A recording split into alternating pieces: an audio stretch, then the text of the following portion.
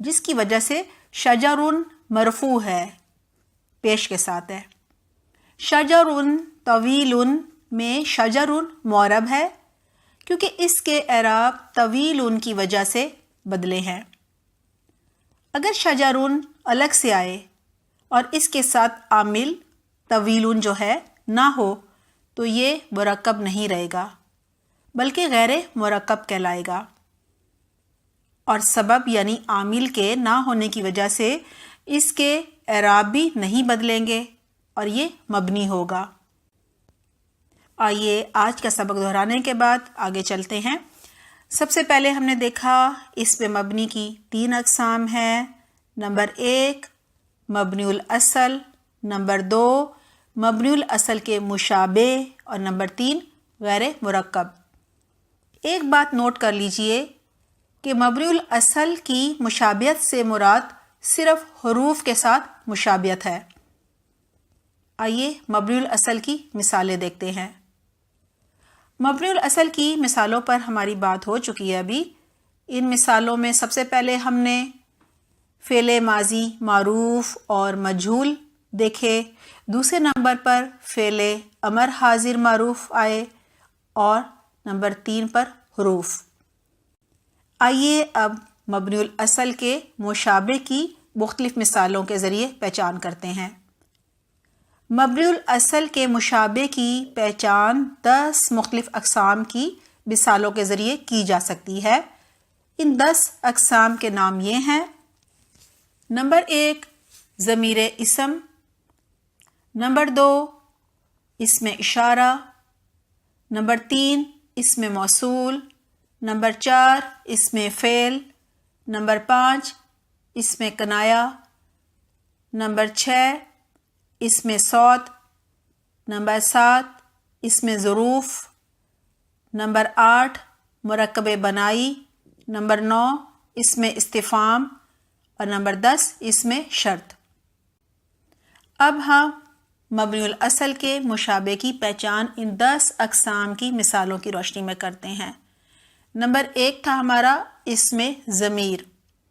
اسم ضمیر کو انگلش میں پروناؤن کہا جاتا ہے۔ اسم ضمیر وہ اسم ہوتا ہے جو کسی نام کی جگہ بولا جاتا ہے تاکہ اس اسم کو بار بار دہرانے کی نوبت نہ پڑے، تکرار نہ کرنی پڑے۔ مثلا ہوا، ہم، نحنو۔ اس ضمیر کی 2 قسمیں ہیں۔ نمبر 1 ضمیر متصل، اور نمبر 2 ضمیر منفصل۔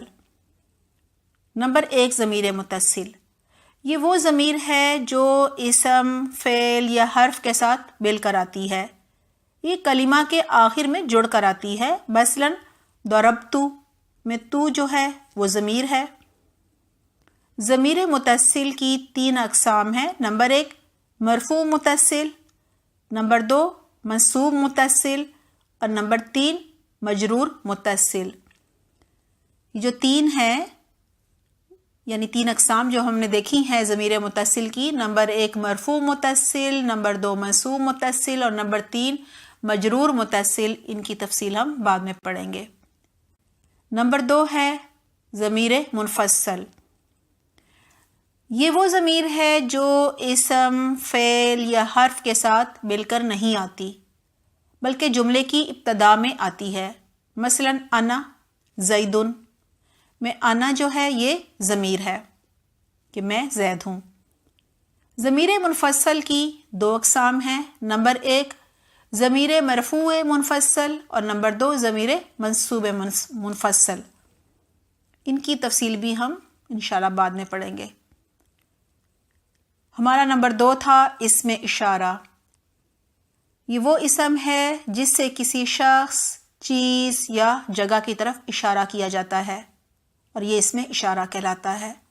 مثلا ھذا، ذالک۔ اسم اشارہ کی 2 اقسام ہیں۔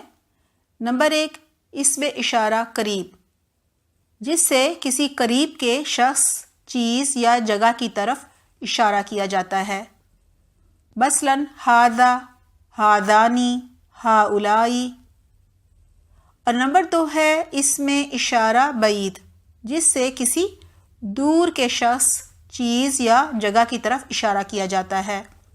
مثلاً ذالکا، تلکا، اولئکا. جس کی طرف اشارہ کیا جائے اسے مشار الیہ کہتے ہیں.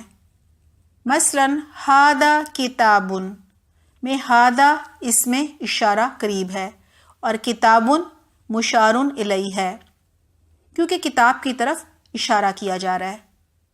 اسی طرح اشارہ بعید کی مثالیں ہیں. ذالک دولاب، ترجمہ ہے وہ الماری ہے. تلک غرفۃ، ترجمہ ہے وہ کمرہ ہے. نمبر 3 ہے اسم موصول. موصول وصل سے ہے جس کا مطلب ہے ملانا. لہٰذا اسم موصول وہ اسم ہوتا ہے جو اپنے بعد آنے والے جملے سے ملا ہوتا ہے.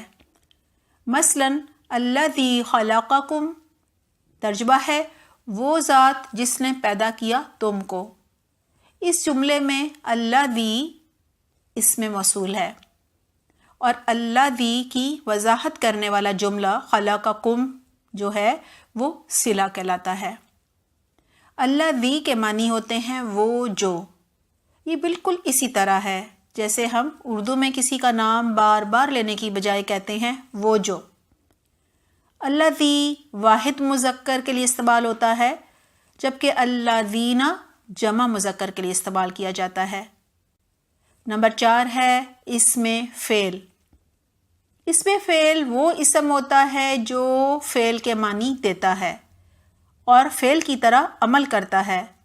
مثلاً ہیہاتا، ترجمہ ہے دور ہوا. دونکا، ترجمہ ہے پکڑ. بلہا، ترجمہ ہے چھوڑ. فعل ہمیشہ فاعل اور مفعول کا محتاج ہوتا ہے اور اس میں زمانہ بھی پایا جاتا ہے، جبکہ اس میں فعل جو ہے یہ فعل نہیں ہوتا بلکہ اس میں فعل کی طرح کوئی نہ کوئی زمانہ پایا جاتا ہے. مثلاً ہیہاتا اسم ہے، اس کا ترجمہ ہے تم دور ہو جاؤ. یہ امر کا یعنی حکم دینے کا معنی دے رہا ہے. اسی طرح دونا کا اسم ہے اور یہ بھی امر کا ترجمہ کر رہا ہے. لہٰذا یہ اسم فعل ہے اور فعل نہیں ہے. نمبر 5 اسم کنایا. اسم کنایا وہ اسم ہوتا ہے جو تعداد کو بیان کرتا ہے. مثلاً کم، کذا، کأین، کیتا، زیتا.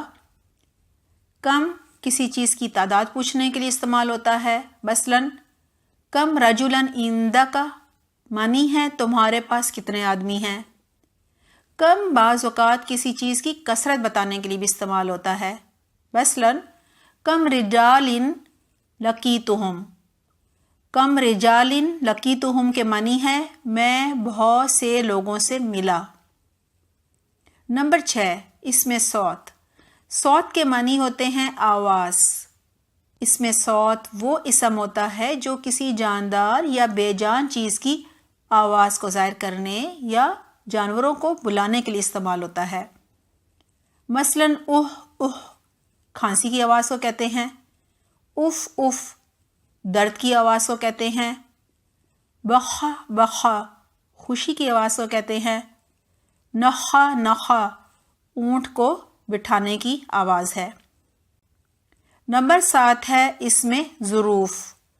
اسم ظروف وہ مبنی اسما ہیں جو وقت یا جگہ کا بتاتے ہیں. جو اسما وقت بتائیں اسے ظرف زمان کہتے ہیں اور جو جگہ بتائیں اسے ظرف مکان کہتے ہیں.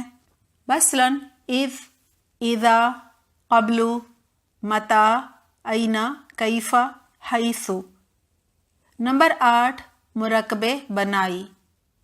مرکب بنائی ایسا غیر مفید مرکب ہوتا ہے جس میں 2 اسموں کے درمیان سے واو گرا کر ان کو ایک کر دیا جاتا ہے. مثلاً احدن عشرہ، یہ اصل میں احدن عشرن تھا. احدن و عشرن تھا، واو بھی درمیان میں تھا. واو کو گرانے سے یہ احد عشرہ بن گیا.